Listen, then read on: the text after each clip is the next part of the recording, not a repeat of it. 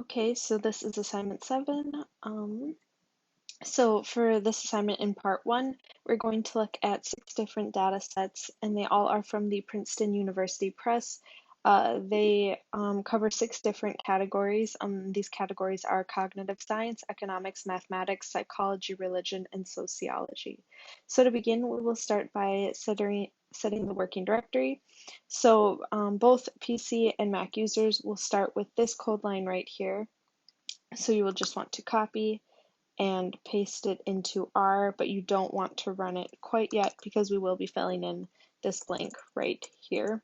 So then if you go back to the Word document, PC users, you can either copy this code line or this code line to set up that working directory, and then Mac users can use this code line or this code line to set up their working directory.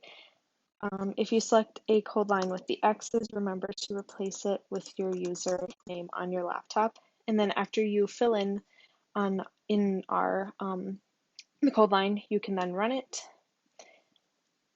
All right. And then both PC and Mac users will want to copy these 2 code lines and run them in R.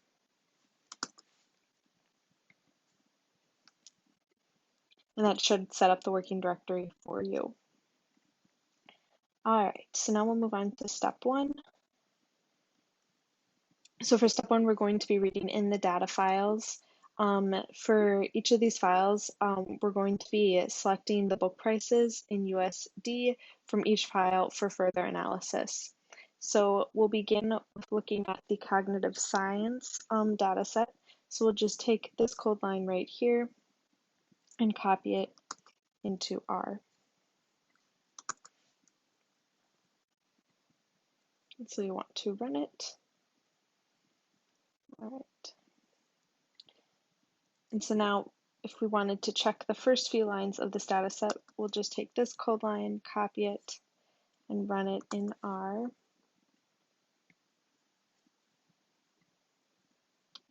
And so we're just seeing a couple of the code lines as well as some information on this data set. Or I'm sorry, a couple of the lines from the data set and then information as well on it. So not code lines. All right. So when we read in this data set, we're given a number of different columns. So they're titled V1 through V8. What we want to look specifically at is V6, which is column 6, and it lists the prices in USD. So we're going to select V6 from prices, or for prices, we're going to select the V6 column to look at the prices in US dollars. All right, so we'll take this code line to do that. So copy and paste into R and run. All right, and so you should see, because we created an object labeled X, you'll see X pop up over here in the global environment. All right, now if we just wanted to look at what X looks like, we would just copy X or just type in X, paste, run in R, and so we'll see the output here.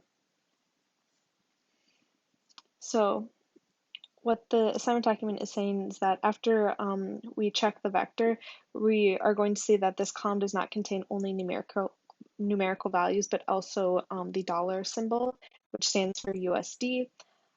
So these characters will cause problems when we're performing our numerical analysis, so we're going to want to remove them. So we're going to use this code line right here to substitute those dollar signs with just empty characters. So we're creating a new variable titled x1, and then it's just replacing those dollar signs with a blank space. I'll copy that, paste and run in R. All right. Now if we wanted to look at x1, just type in x1 into R and run that. So now we're seeing that there are no longer any dollar signs, whereas up here we had dollar signs. All right. And then also, in order to perform a numerical analysis, we're going to want R to treat these values as being numerical. So this next line that we're going to read in is going to treat these number characters as actual numerical values. So we will take this code line. And so here you can see that we're creating a variable titled cogs, and we're replacing the numerical values, or the number values to actually be numerical values. So you'll see cogs pop over here in the global environment. And then if we just wanted to see what was within this data set, we would just type in cogs and then run that. And so here we're seeing once again those values, but now they have become not just numbers, but numerical values that we can actually analyze. All right, so now in steps 1.2 through 1.6, we're going to repeat the same procedure that we did for cogs with the 5 other categories. So we will start with the economics category. So we'll just take this code line, copy, and paste into R and run it. So it should be over here somewhere in the global environment. Yep, right here for the eco.data. All right, and then if we wanted to just check the data, run that. So we're just seeing what the data contains, the different columns, and just some information about the data set. All right, we're assigning the data from row 6 to the title X, or to the variable name X. We're running that. We're seeing the information in that set. All right, we're removing the dollar signs.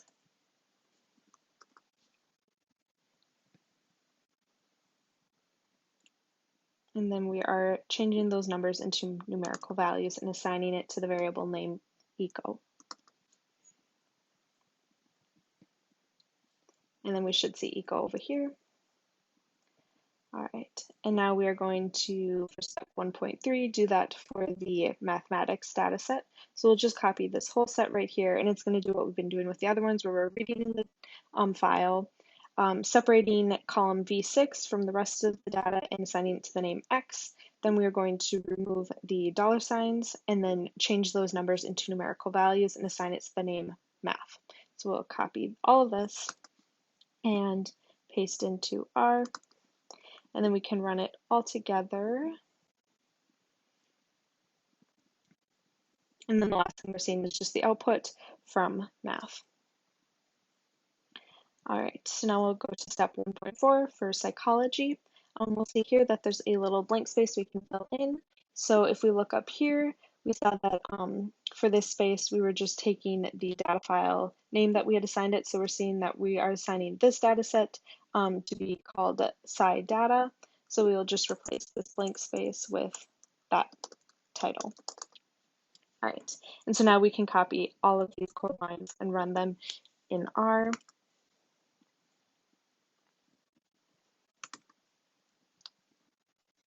So make sure you're running them all at the same time. All right, last bit we're seeing is the output for just Sci. And then 1.5, we're going to do it for the category religion. We're seeing we have a little blank spot we got to fill in here. So we look back at the psychology data. We saw that we were looking at column 6, and we were doing that with the other data sets as well. So looking at V6. So what we will do is just replace that blank space with V6. All right, and so then you can just copy all these code lines, and they will do the same things that the other code lines are doing for the other categories, and so we'll just run them all together. And then once again, the last bit of output that we were seeing is just from the variable we created called rel for religion. All right, and then lastly, for step 1.6, we're looking at the category sociology. So we see we have this entire code line blank. So if we look back once again, we'll remember that we want to take the data set name that we've created and then separate V6 or column V6 from that data set. So we'll just replace this with soc.data $sign V6 because we just want to look at column V6. And so then we can now copy these code lines, paste them into R, and then run them.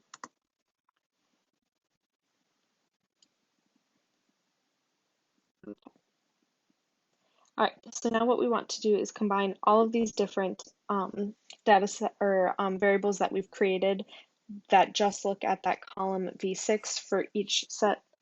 So what we will do is we will need to take this code line and run it. But first we want to replace these blank spots with the different category names. So we have COGS, we have eco, we have math. So we want to fill in 3 spots. So we have to figure out what is missing. So if we go back up, we have COGS here, then we have eco, then we have math. So the one that we have to do is Sci, Rel, and Soc for psychology, religion, and sociology.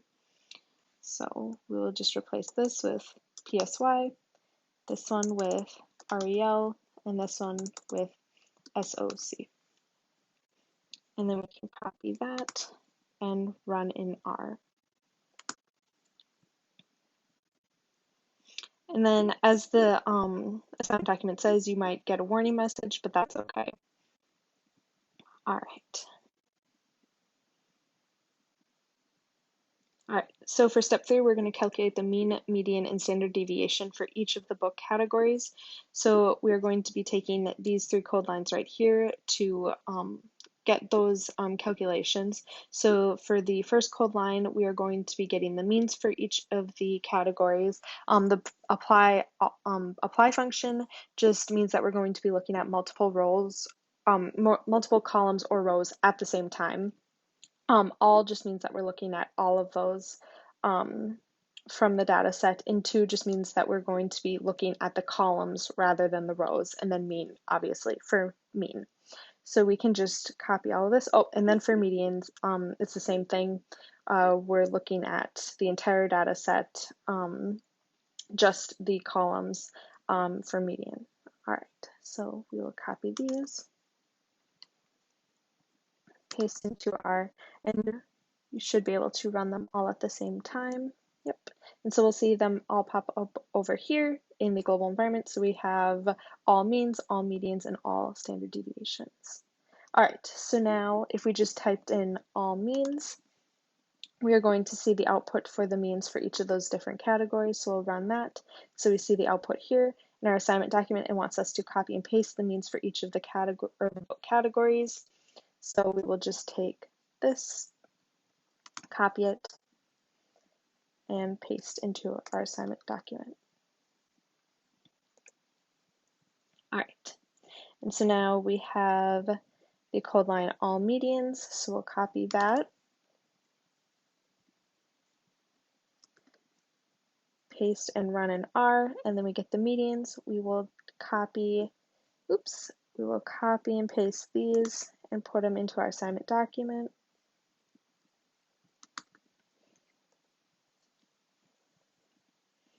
And then we have all standard deviations. Copy that, paste and run, and then copy the output and put it into our assignment document. All right, so now we have a question. It says, which book categories are positively skewed, and then which book categories are negatively skewed. It says to compare the median and mean for each book category to find out about skewness. So if we recall, positively skewed would mean that most of the data is more towards the lower end of the distribution, whereas negatively skewed would mean that more of the data is towards the upper end of the distribution. So in the case of positively skewed, we would have a median that is less than the mean. And then for negatively skewed, that would just mean the median is greater than the mean. So if we wanted to figure out the skewness for each of the categories, we would just want to compare these means and medians. So we see here that the means in all of the categories are greater than those for the medians across all the categories. So in comparison, COGS greater mean, eco greater mean, math greater mean, sci greater mean, rel greater mean, and soc greater mean. So that just means that we have a positive skewed distribution for each of the categories. So we can just say that all are positively skewed because the median is less than the mean for every category. All right, and then it says for this question, interpret the skewness. So in general, are there more books that are lower priced, or are there more books with higher prices? So because we are positively skewed and we're seeing the distribution primarily at the lower end, we would say that there are more books that are priced lower. So more books are priced lower. Okay, so for step 4, we are going to plot these results. So we will just first take this code line, copy, paste, and run. So this is just setting it up that we can have 2 different plots within, or graphs within the same plot. So then we will take this code line for colors, run that. All right, and so it says for the first box plot, it's going to show outliers in each category. Recall that in the function box plot, the first thing to put in is the data to be graphed. So the data we are graphing is all. So we'll type in all, because if you recall, that is what we titled the combined data is just all. All right, and so what this code line will graph us is all. So on the title, we have books published by Princeton University Press. On the x-axis, the label is book categories, and on the y-axis, we have prices in US dollars. And then we are just taking these colors up here to assign to the different categories. So we'll copy this, paste into R, and run. And so we'll see it pop up here. We might be able to get a clearer image if we expand this window a bit. Yep, so we can kind of see the colors a little bit better. Let's see if we can make it a little bit bigger. All right. And so the next box plot is one that it will not show outliers, but the dashed lines will extend from the lowest to the highest numbers in the variable. So once again, we are looking at all. And so again, it's books published by Princeton University Press. X-axis is book categories, and the y-axis will be prices in US dollars. So we'll copy that, paste into R, and run. Okay. So now these 2 code lines right here are just for saving the graph, so you can just copy them. Oops, copy.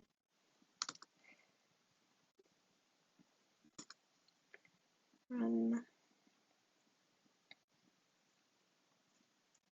Copy. Paste. Run. All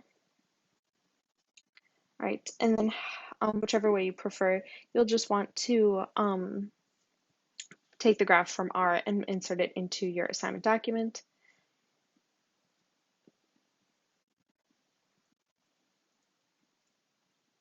So I prefer to save it to my desktop just so I can look at it later if I want to. All right.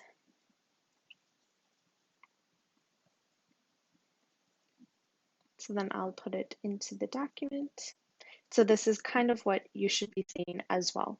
So you should have the 2 different plots. One will show the outliers. The other one has a dashed line extending to where those outliers are in this one by comparison.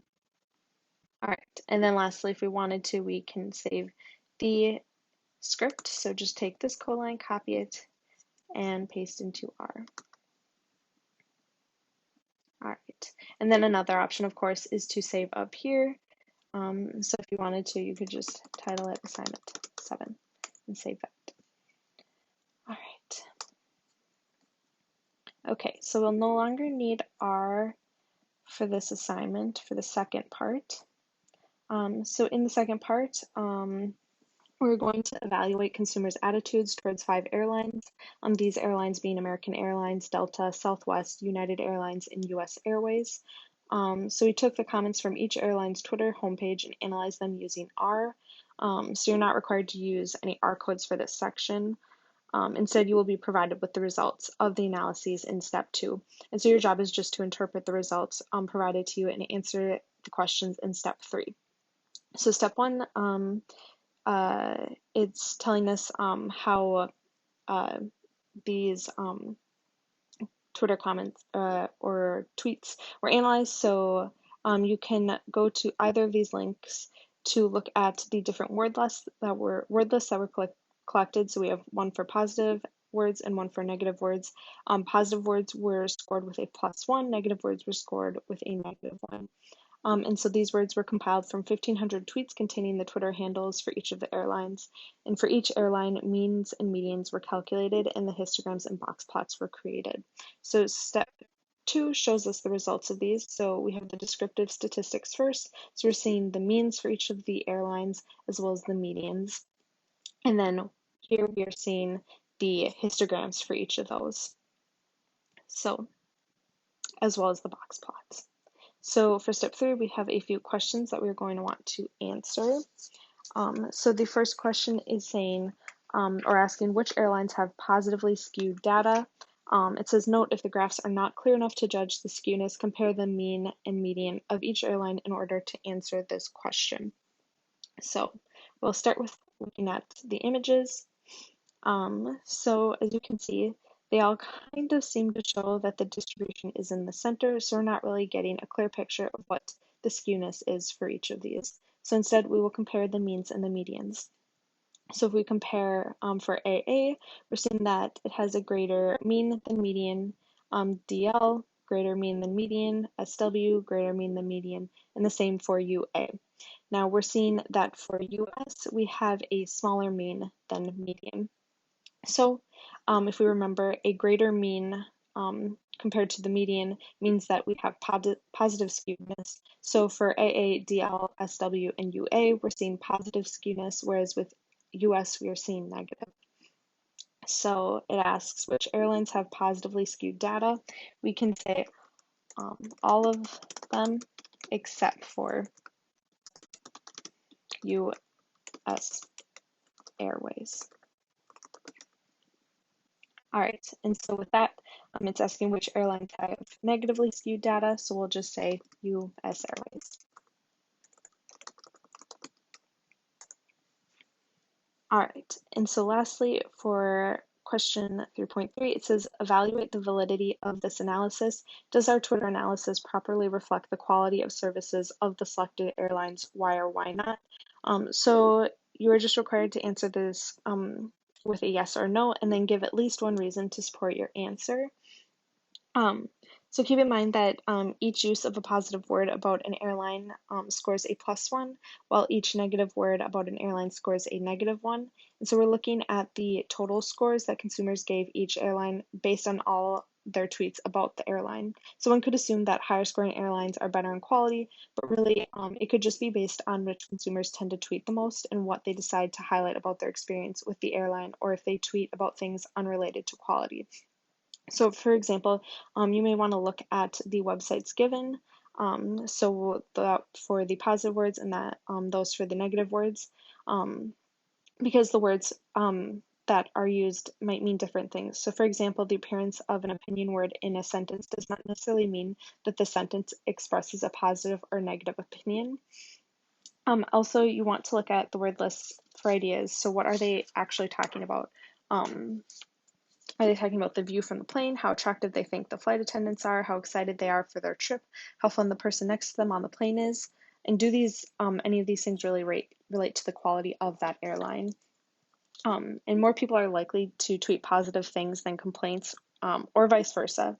It just depends on the individual, and that can tell you a lot based on their age, gender, and familiarity with social media, how likely they are to tweet about the airline at all. So just consider those things when you are answering this question. So really all you are required to do is just answer yes or no and then give a reason to support that answer. And then I will just go through the assignment one more time to make sure that you have everything required to get all the points you need for this assignment. So to start, we should have a couple of highlighted regions that you need to fill in. So you should have this one filled in for the psychology data, so just psy.data. For religion, you should just have the V6 filled in. And then for sociology, you should have the soc.data $V6. So then for when we were combining the data, you want to make sure that you have these 3 filled in areas. So one for Sci, one for religion, one for sociology. All right, and then you want to have the output for the means of each book category, the output for the medians of each book category, and then the output for the standard deviations of each book category. And then you'll want to say that they're all positively skewed because the median is less than the mean for every category.